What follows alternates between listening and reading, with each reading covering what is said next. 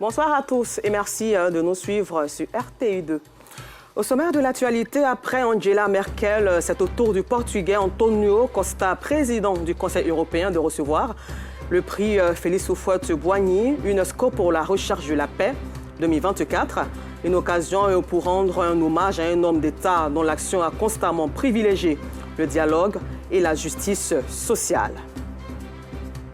Et puis, dans ce journal, nous ferons un zoom sur Ariel Nguessan, créateur d'une marque de vêtements et de sacs qui s'est lancé dans l'entrepreneuriat. Encore merci à vous d'être des nôtres. L'ancien Premier ministre portugais et président du Conseil européen, Antonio Costa, a reçu ce jeudi 22 mai 2025 le prix Félix Houphouët-Boigny, UNESCO pour la recherche de la paix 2024. Et lors d'une cérémonie solennelle et haute en symbole à Djokokudi. Et cette cérémonie visait à lui rendre hommage pour son attachement à la recherche de la paix dans le monde par le dialogue. La directrice générale de l'UNESCO, Audrey Azoulay, a donc saisi l'occasion pour rendre un hommage appuyé à un homme d'État dont l'action a constamment privilégié le dialogue, la justice sociale et la coopération internationale, soulignant que cette cérémonie s'est tenue en présence du chef de l'État Alassane Ouattara et plusieurs personnalités. Place à la rubrique du jour.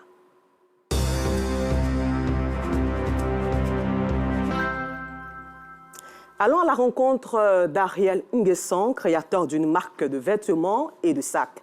Âgé de 22 ans, depuis le bas âge, il s'est lancé dans l'entrepreneuriat dans le but de subvenir à ses besoins. Après l'obtention de son baccalauréat, il s'est donné à la vente de plusieurs articles jusqu'à ce qu'il crée sa propre marque en 2021. Aujourd'hui, ces articles sont beaucoup prisés par des jeunes. Il a même une boutique en ligne où ces articles sont présentés au grand public qui ne manque pas de l'encourager. Son portrait est signé Assitan Diarra, Gilles Tonien et Seydou Ouattara. Il crée sa propre marque de vêtements et de sacs à l'âge de 22 ans. Jeune, dynamique et ambitieux, Ariel Nguessan est devenu par son courage responsable d'une boutique de vente d'articles en ligne. Il réside dans la commune de Yopougon et son amour pour l'entrepreneuriat a débuté à l'âge de 15 ans avec la vente de montres à ses heures perdues. Dès la classe de seconde, où je commençais à avoir un peu d'argent de poche, que je prenais cet argent-là et je me rendais à Djamé où j'achetais les montres et les chaussures que je venais revendre en ligne. Et c'est de là que tout est parti. Grâce à sa détermination, à sa conviction et à son abnégation, mais aussi aux prières, tout redevient à la normale et en 2021, il présente au grand public sa marque via les réseaux sociaux. Je demandais à des graphistes de me faire des designs. Et les prix qu'ils me donnaient étaient un peu trop. Donc c'est là que moi-même j'ai décidé de m'auto-former en design.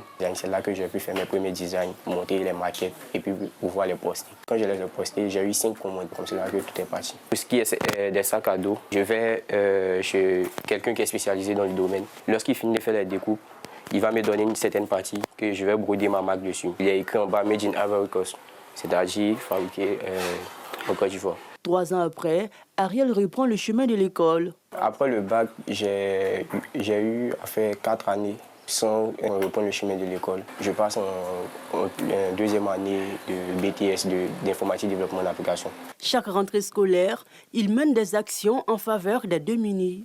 Quand je totalise le bénéfice, j'enlève une partie, je prends pour prendre d'autres tissus et je confectionne d'autres sacs à dos que je les remets chaque rentrée à des personnes défavorisées ou des personnes qui n'ont pas assez de moyens pour acheter des sacs. Dans cette lutte inlassable pour un avenir meilleur, il a le soutien de sa génitrice. Pour réduire ses charges, après la confection de ses articles, sa mère s'occupe de la finition. Elle apporte quelques designs avec l'aide d'une machine à coudre. Depuis tout petit, il a eu l'amour d'entreprendre. À chaque fois, quand il vient avec ses t-shirts, il est obligé d'aller dehors pendant que la machine est à la maison. Donc, je lui ai dit, bon, si c'est comme ça qu'il me donne, je peux mettre la marque. C'est une manière de l'encourager dans ce qu'il fait. Les vacances scolaires, des périodes de vaches grasses pour Ariel. Il peut vendre plus de 300 articles. J'ai vendu jusqu'à près de 100 sacs. Près de 100 sacs. Et pour les t-shirts, on peut dire que ça avoisine les 200 t-shirts. Cette année, je compte dépasser parce que moi, j'aime beaucoup les challenges. Déjà, avec tout ce que j'ai cité pour l'année dernière, on peut aller à 500 000. Il y a des amis qui ont aussi des stratégies marketing. Et on va essayer de jouer ces stratégies marketing pendant ces vacances avec les événements de vacances pour jeunes et autres. Et aussi, on essaie de toucher les hommes de Dieu avec les marques responsables et ça fait que ça marche pas mal. Mais tout n'a pas été toujours rose pour lui.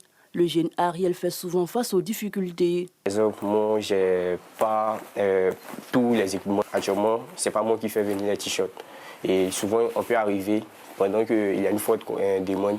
Et mon fournisseur peut me dire qu'actuellement, il n'a pas de t-shirt. On est obligé de voir d'autres, alors que nous, on mise beaucoup sur la qualité. Il peut arriver des fois que, par exemple, on trouve un terrain d'entente avec ceux qui confectionnent les sacs. Ils donnent une période et ils ne respectent pas la période.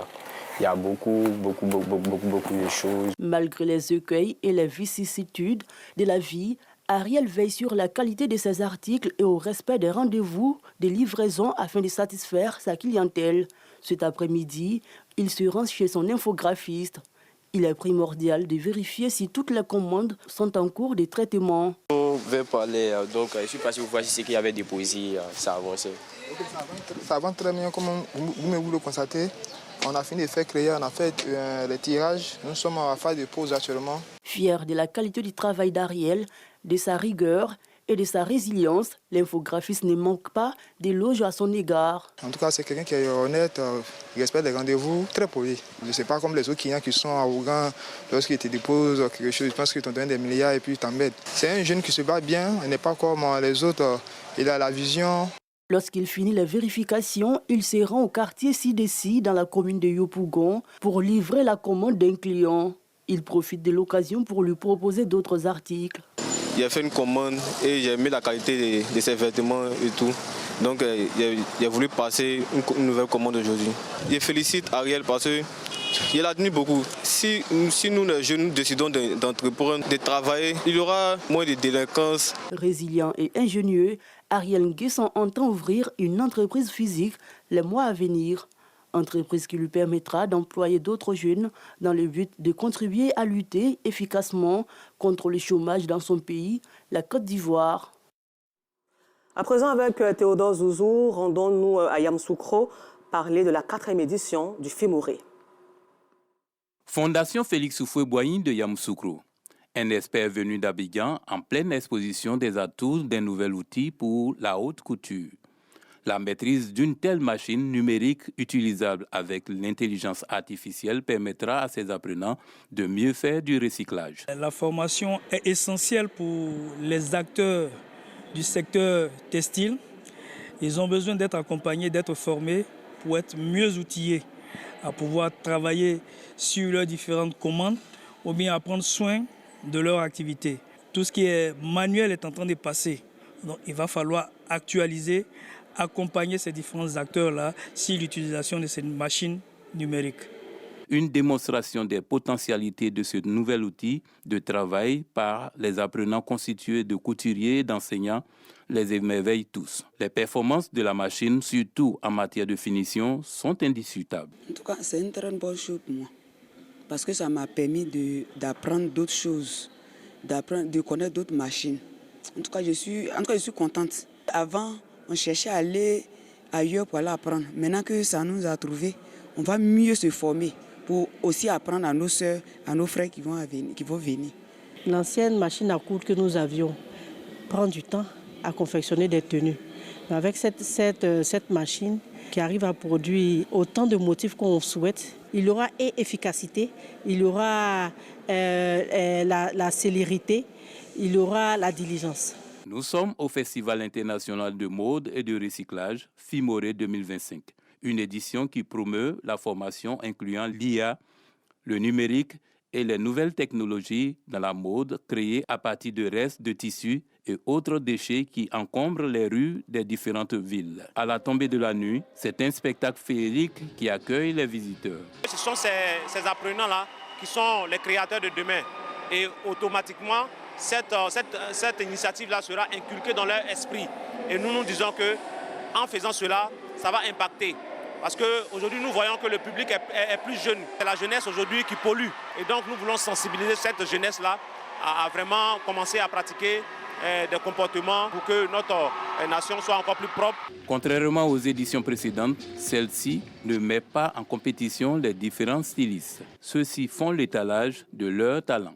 La mode est un secteur très important de la culture aujourd'hui parce que les créateurs d'emplois et de richesses et associé à cela le recyclage qui vient contribuer à l'amélioration de notre cadre de vie en donnant vie à nos déchets. Donc le ministère de la Culture et de la Francophonie s'inscrit véritablement dans ce festival et le soutien. C'est un festival à promouvoir, c'est un festival à suivre de près et à encourager. C'est bien que chaque acteur à son niveau fasse un effort en ce sens pour que d'un côté comme de l'autre, la réduction des déchets qui sont produits se fasse. Et ça, c'est un avantage pour tout le monde. La marraine du spectacle encourage de telles initiatives. Si la nature est encombrée de déchets, il va sans dire que la population va tomber malade. Et également, on va vivre dans un environnement toxique.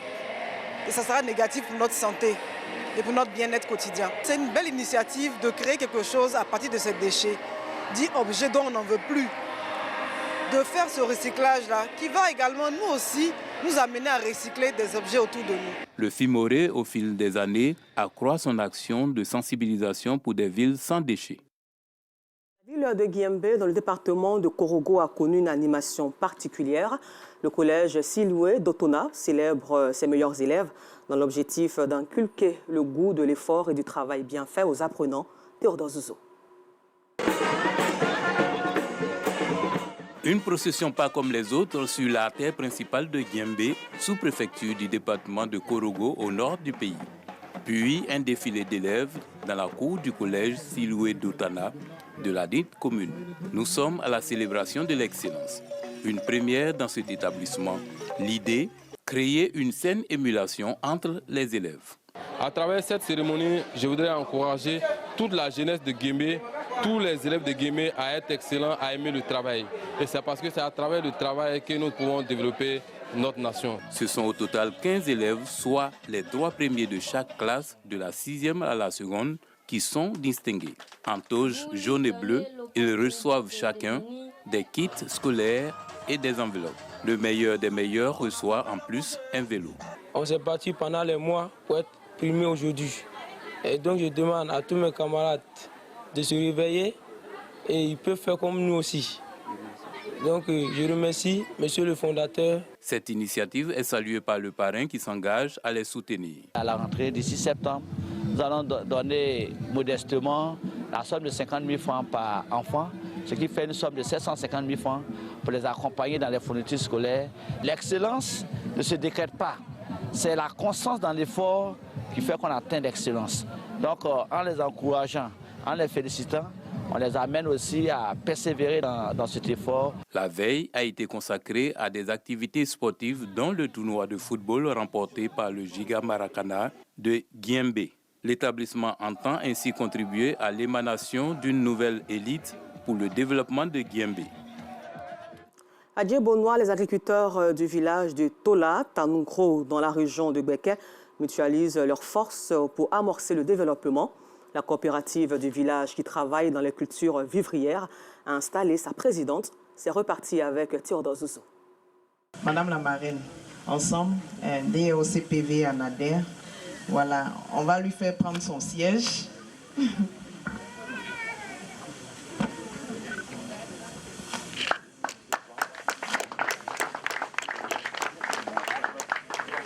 Par ce geste, la présidente de la coopérative Yekoa Yessi de Tola Tanoukro est officiellement installée.